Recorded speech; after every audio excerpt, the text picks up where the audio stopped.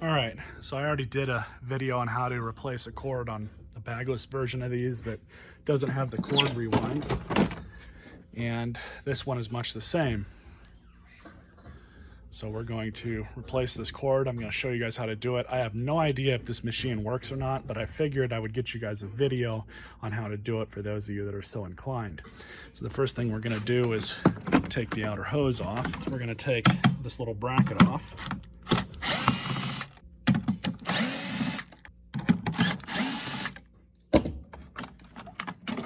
And then this comes off like that. So we have a few screws on this panel that we have to get to.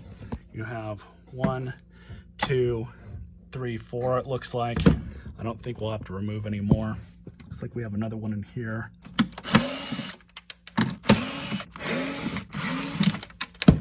Looks like we got to undo these two as well.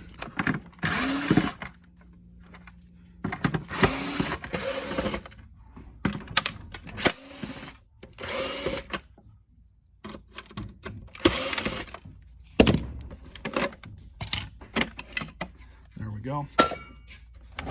So now we have access to the cord, or at least part of it.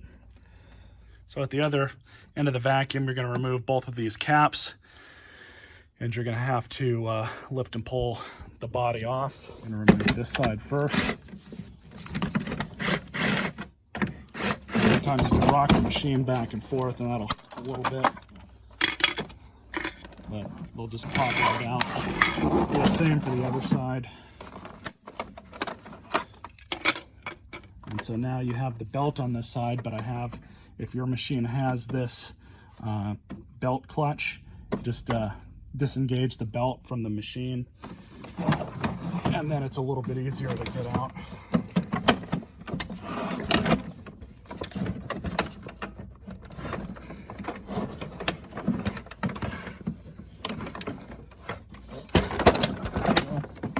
Now what we're going to do is just remove these two screws.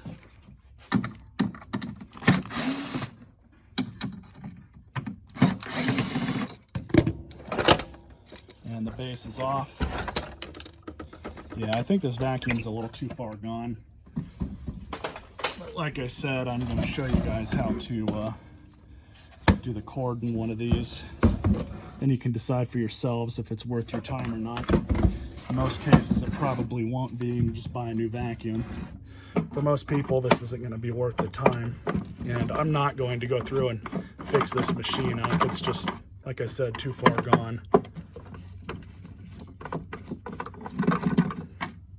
So we're just pulling all these screws out.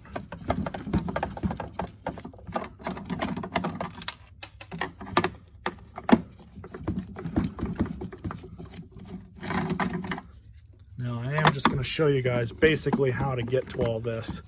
I'm probably not going to go through the effort of replacing the cord on this machine just for video's sake.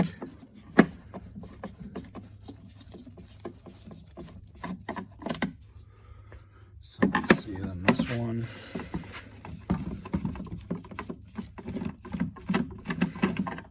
Move the handle just for good measure. I made this a little bit easier to get to everything just so I wouldn't have to knock everything off my workbench, so I took the handle off.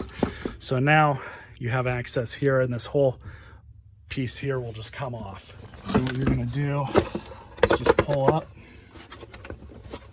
and you have a little clip down here, and there you have it. So now you have access to the inside of the machine.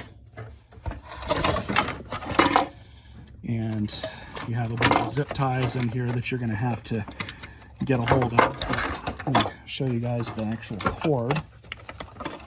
So what you would do is take this whole wiring harness, up and out, and then you would undo this zip tie.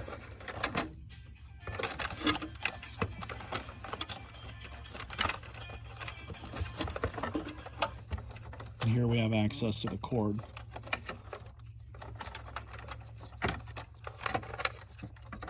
So all you would do here is just nip these two off,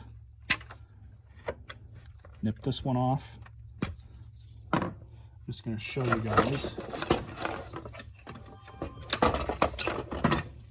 You'd take the end of the cord, wire this in, through that hole, and then you would just match the colors up, basically. So white to white to white, and then black to black. Now on this other one, it seems far away from me, but the cord stress relief you're going to want to put on the cord first. Thought it was on here, but it's not. But you want to make sure not to lose that because it's kind of important, especially for keeping the machine from doing this again. Those stress reliefs, strain reliefs really do a really good job. So anyways, that's basically how to do this. It's not the easiest vacuum in the world to break apart for a novice, but you can do it if you wanted to actually do it, or just buy a new vacuum.